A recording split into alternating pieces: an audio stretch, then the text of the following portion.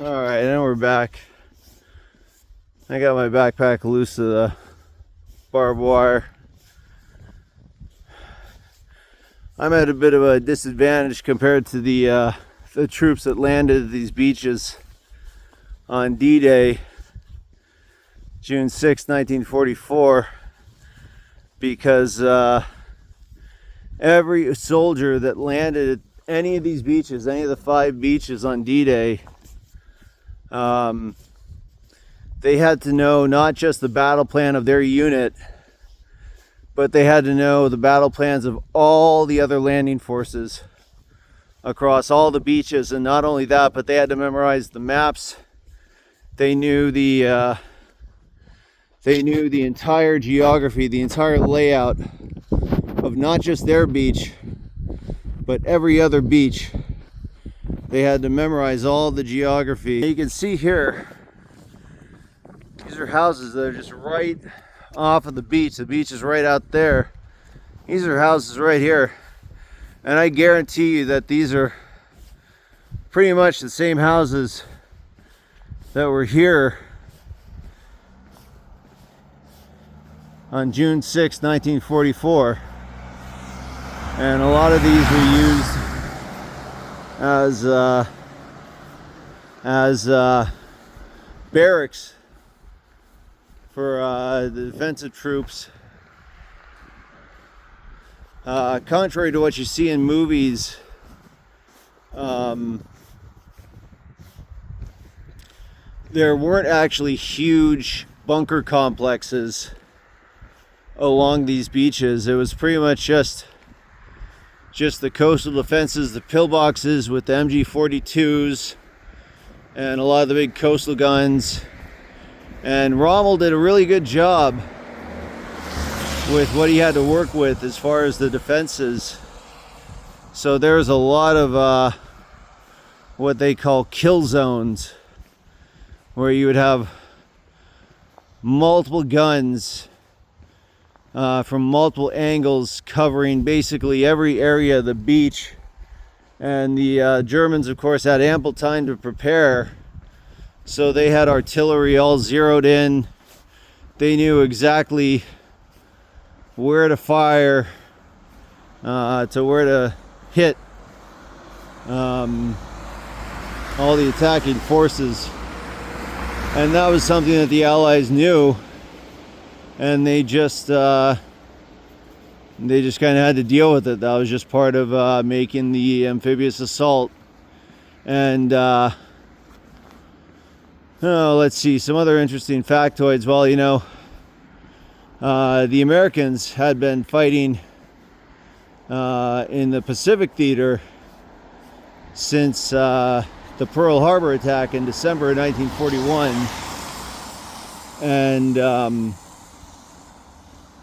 And so they had to do a lot of amphibious assaults.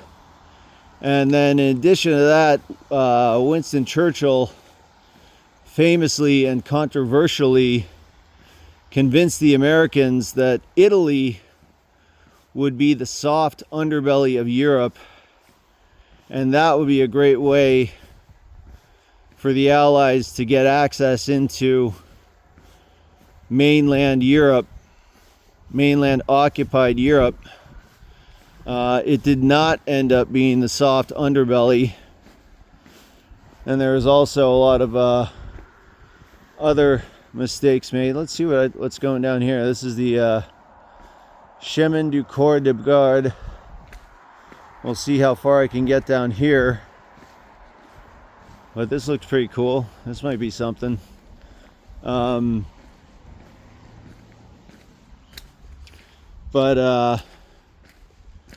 Yeah, ultimately, I have to watch out for puddles here. Keeping an eye out with my, I believe last it was clocked at 20/25 vision. I used to have 20/10 vision, which is much better than 20/20 vision for those of you doing the math at home. But you know, I'm not in my 20s anymore. So I'll never be a fighter pilot unless they relax the rules for fighter pilots like they've relaxed the rules for ICE agents, but I don't think that's going to happen. And if anything, I enjoy jumping out of planes much more than I enjoy flying them. Flying them is way more difficult. It's a lot easier to just jump out of one of those things and use your parachute. Okay, so this is pretty fucking cool. Now we're getting pretty close down to the beach here. I mean, this is right here. This is the beach. This is Sword Beach right here. This is Sword Beach. And now you can actually see something because there's some light. Oh, I just stepped in a big puddle. That's okay. So let's see what's going on here. I'm actually going to be able to walk right down and actually touch the beach. That's really what I wanted to do. I was hoping I'd be able to figure out something. Hey, where there's a will, there's a way.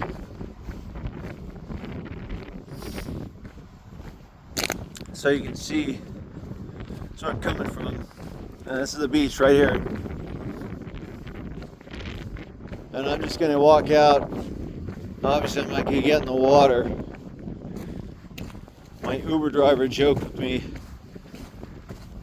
that I was going to go for a swim at Sword Beach. But we both knew that was definitely a joke. But you can see also here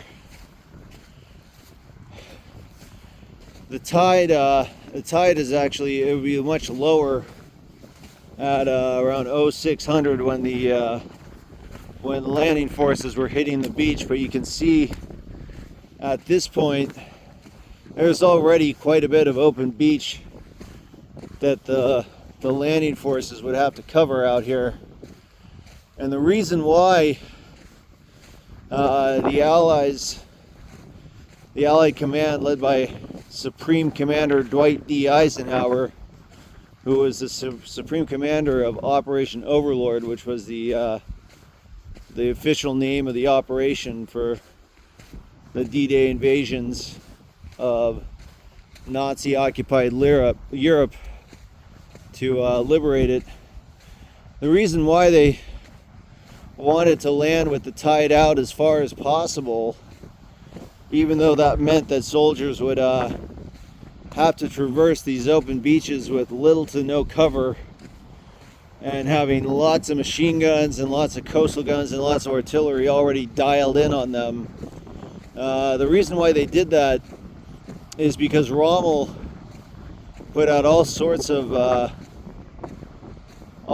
very clever obstacles that would get the landing craft, and so it was actually more beneficial for the invading Allied forces to land earlier and have to just cross a lot of the beach than it would have been for them to have a high tide and be able to get their landing craft in further inland, because all that would really mean is that they'd be slow, they'd all be in the Higgins boats, the landing craft, easy targets for artillery that's already dialed in, and they'd be hitting all sorts of obstacles like Rommel's asparagus, which, by the way, I don't know what happened with Steven Spielberg doing Saving Private Ryan. He did a really great job trying to adhere mostly to being very realistic, very authentic, and true to history, and he worked with the very famous Dale Dye, who has become a military advisor for numerous Hollywood war movies, numerous military-themed video games like the original Call of Duty games.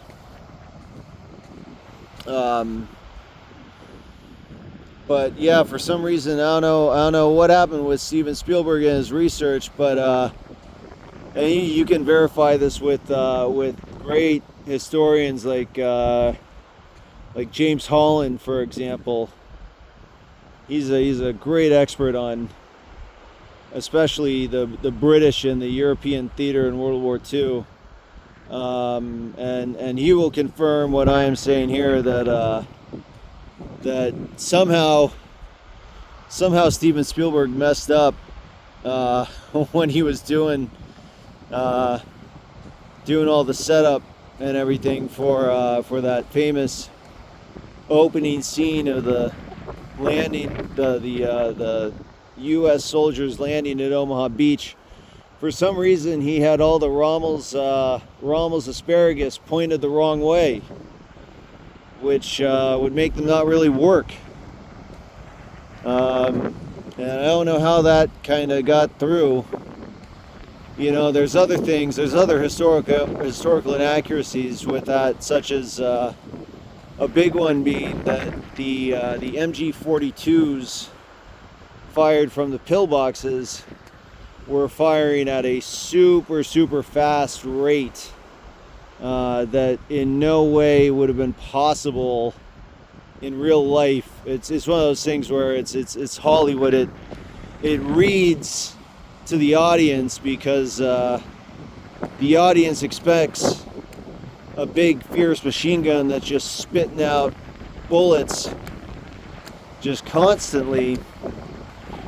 And while it is true that the MG-42 could fire at a ridiculously fast fire rate, something like 900 rounds a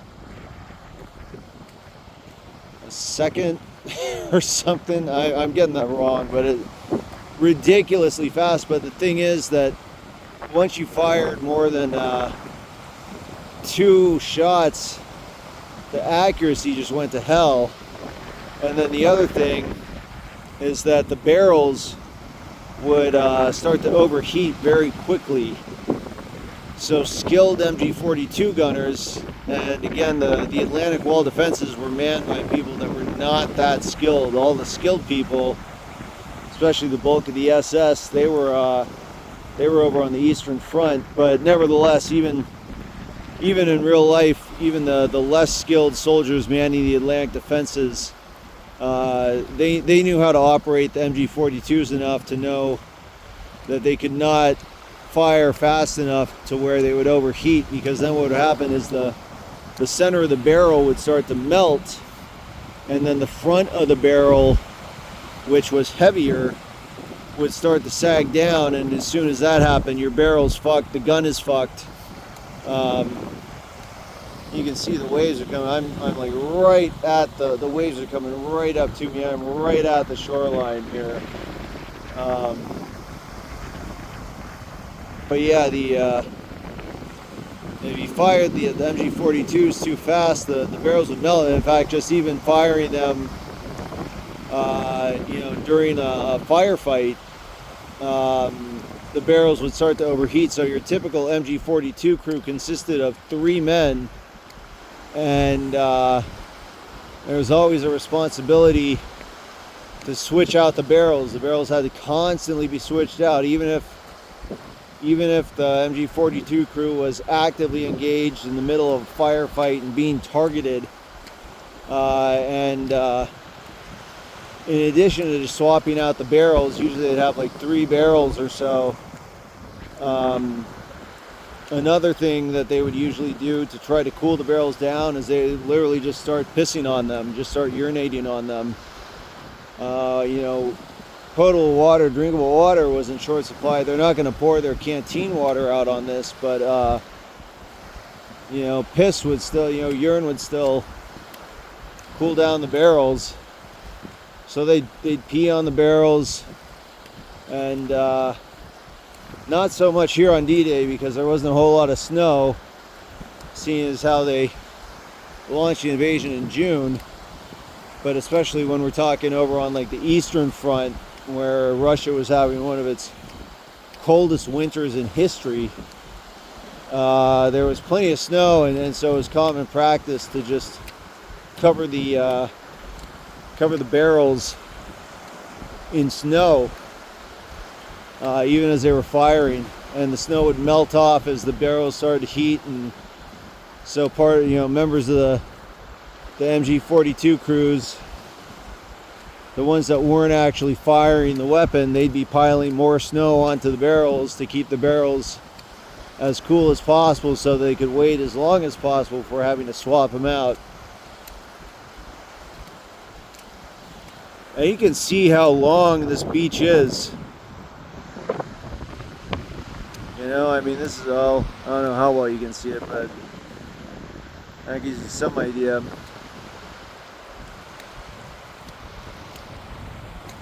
And yeah, for someone like me that studied this shit for a long time but never actually been here, this is pretty cool to be right here at the foot of the waves. These are waves coming right in. Oh, back out my toes. It's a good thing I got thick running shoes on. Saucony Triumphs. Rather appropriate name, I think, for a shoe to wear to the D-Day beaches. I can't say that I'm too surprised that no one else is out at the beach right now. It's not exactly beach weather, not exactly beach time. But this is a really nice flat beach. Be really nice to just hang out here. But it also made for a very defensible beach. And the only reason that the Allies were successful in these landings was simply because the disinformation campaign was so successful that Hitler was absolutely convinced that the Normandy beaches were the decoy landing and that the real landing was going to happen at the Pas de Calais.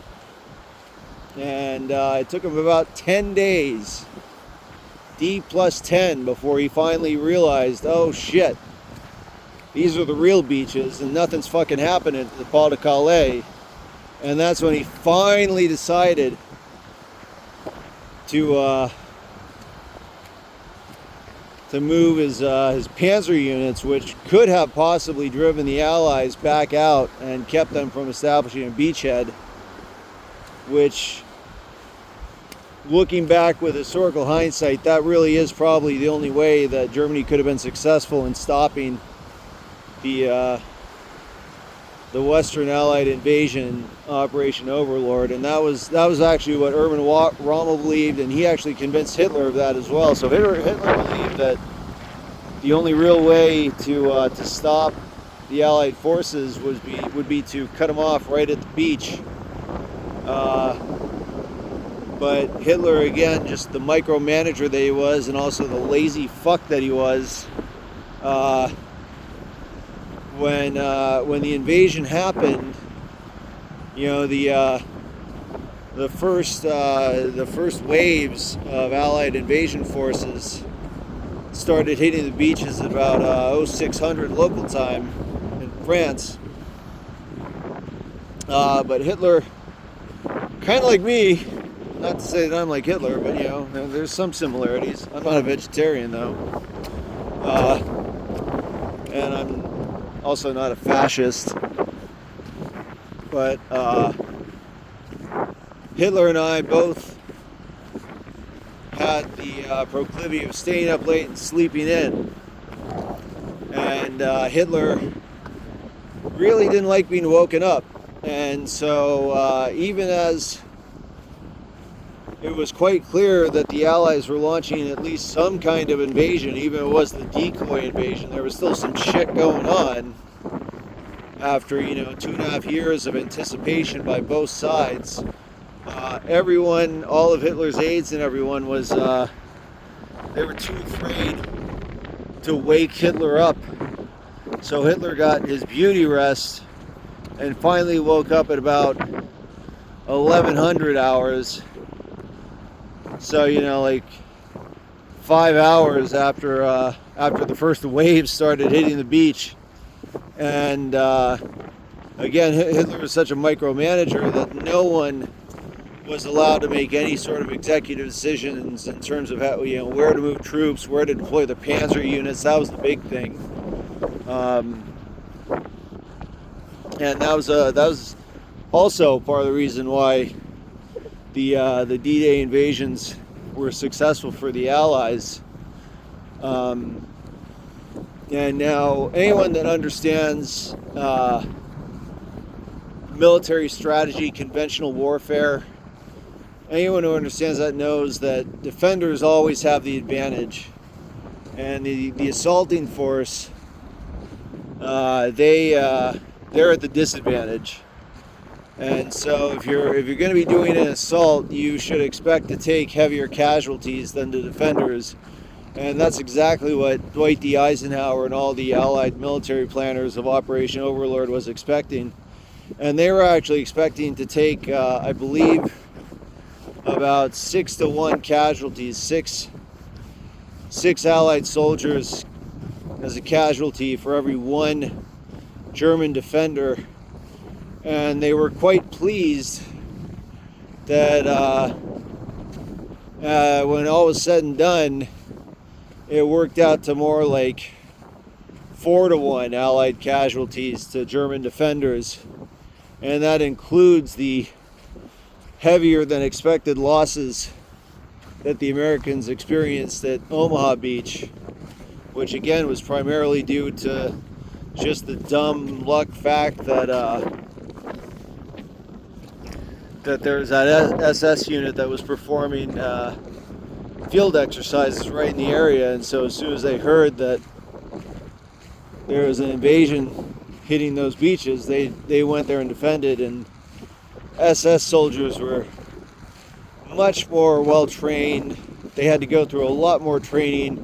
They were better armed, and most of them came up through like the Hitler Youth and stuff like that, so they were heavily indoctrinated in Nazi ideology, and so they were much more willing to fight to the death and even do suicidal type things, whereas the soldiers in the Wehrmacht, the German regular army, it's not that they were pussies, it's not that they didn't want to fight, they wanted to fight for their country, and in a lot of cases they were actually coerced to fight by the SS.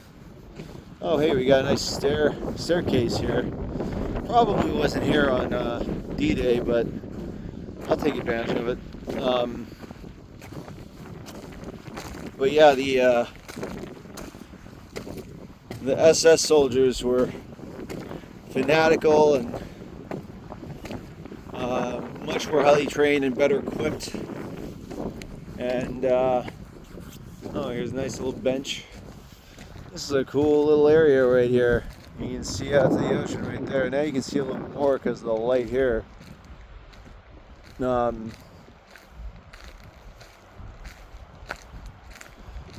yeah, the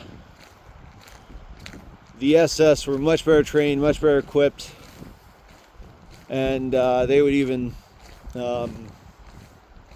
sometimes they would even do stuff like they would shoot Wehrmacht soldiers that were retreating. It was a very interesting dynamic going on with Hitler's paramilitary, the SS. Designed by Heinrich Himmler, the architect of the Holocaust. He designed all the concentration camps and everything. He was also one of the most occultist Nazis. He was into all their crazy occult shit. Oh, another interesting little factoid for those of you gamers out there. When Call of Duty decided to quote-unquote return to its roots in 2017 by going back to using the World War II setting, the game started out and the very first level has you assaulting Omaha Beach, because of course, especially with Americans in the West, Omaha is like the beach. I bet that most Americans probably couldn't name another beach besides Omaha, and shit, probably a lot of them couldn't even name Omaha. I don't fucking know. Nobody knows their fucking history, especially in America. But anyway, you know, people are already primed to hate Activision. If you're a gamer, you understand all this shit. I'm not gonna get into that. But there were a lot of people that started complaining because when you started hitting the beach in the opening level of Call of Duty World War II, released in 2017, you started running up against German defenders that were armed with PPSH-35 submachine guns, which are Russian weapons. And a lot of people went, well, what the fuck are they doing putting Russian weapons on the Western Front?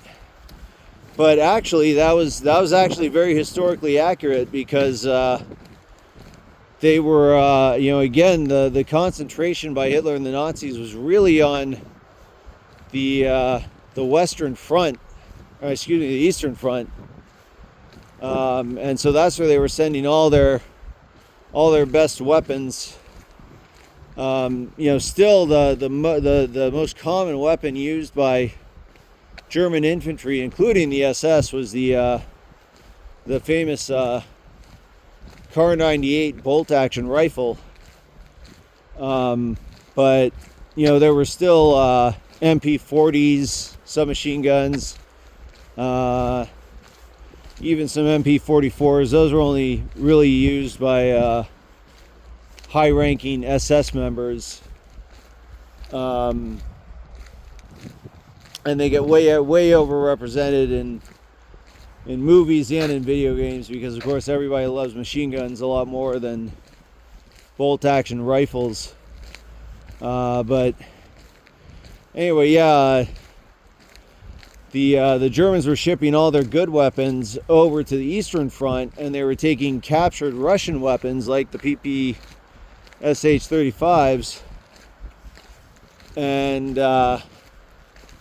they were sending them over to the Western Front, to the Atlantic Wall. So if you played Call of Duty World War II, the one released in 2017, and you find yourself hitting Omaha Beach, and suddenly you're picking up those Russian weapons, mainly the PPSH-35s, that was actually pretty realistic. Probably overrepresented in that game. Again, mostly infantry were armed with Kar 98 bolt-action rifles, but it's not some sort of like historical inaccuracy that Activision made to have those PPSH guns used by defenders at Omaha Beach. There's some great videos, again, like one of them was by James Holland, where he picks apart all the historical inaccuracies. Although in that video he also has a really fucking great time playing the game. It's honestly a pretty good single player campaign, if you're into that shit. The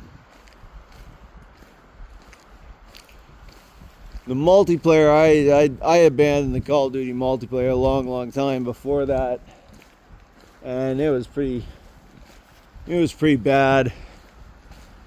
They did the fucking loot boxes that gets kids hooked on gambling, which is kind of shitty. And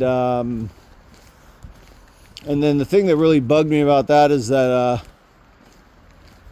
they didn't want to do faction-based fighting, and so instead of, in any given multiplayer map, instead of you being on either the American team or the German team, everybody would just fight as Americans fighting against Germans, which I think is fucking bullshit. Some people will say, well, hey, it's not cool to be fighting fighting as Nazis, killing American soldiers, killing Allied soldiers. But, like, it's important to experience history from all perspectives, and I think that's true even with video games. And, if you got some neo-Nazi that's fucking getting off on playing as a Nazi soldier shooting Americans, well, guess what? They're going to do that anyway. There's a million games out there with all sorts of mods and stuff. And the vast majority of people, they just want to play these games and get to experience all the different perspectives. And I'm definitely one of those people. But anyway, that's not about fucking video games. But yeah, so here we go. So a little more of the beach here.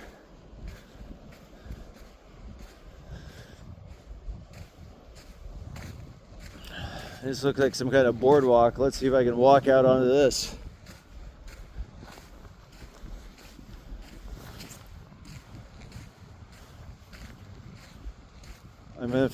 Well, it kind of looks like it's open. Okay. Yeah, let's fucking do this. Alright. Seems pretty solid. There's signs that say something in French that I don't know, but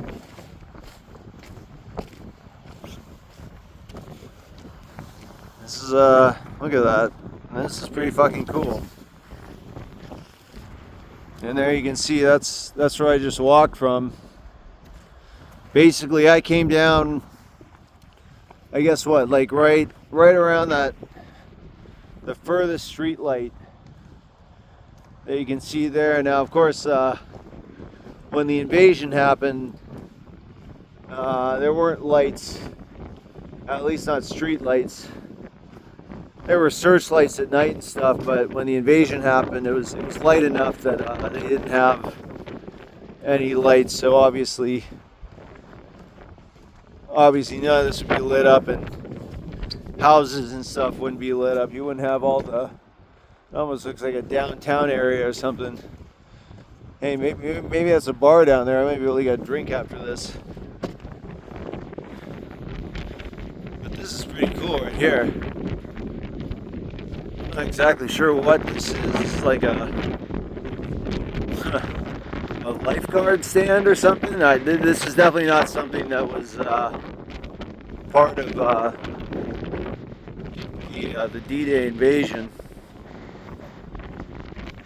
Definitely not. This is definitely not some German defense that's been preserved. This is a nice little boardwalk. It's gonna let me go out. It goes pretty far. Let's see how far I can go.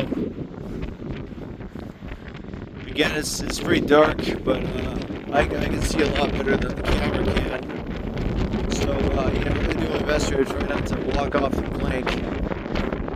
That would not be good. I can swim, but I don't really want to. Not in this water.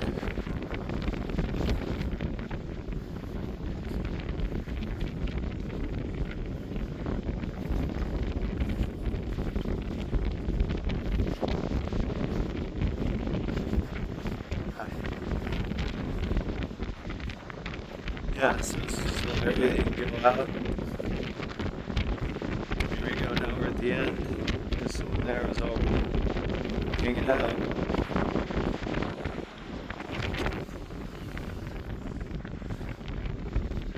Unfortunately, you can't really read it.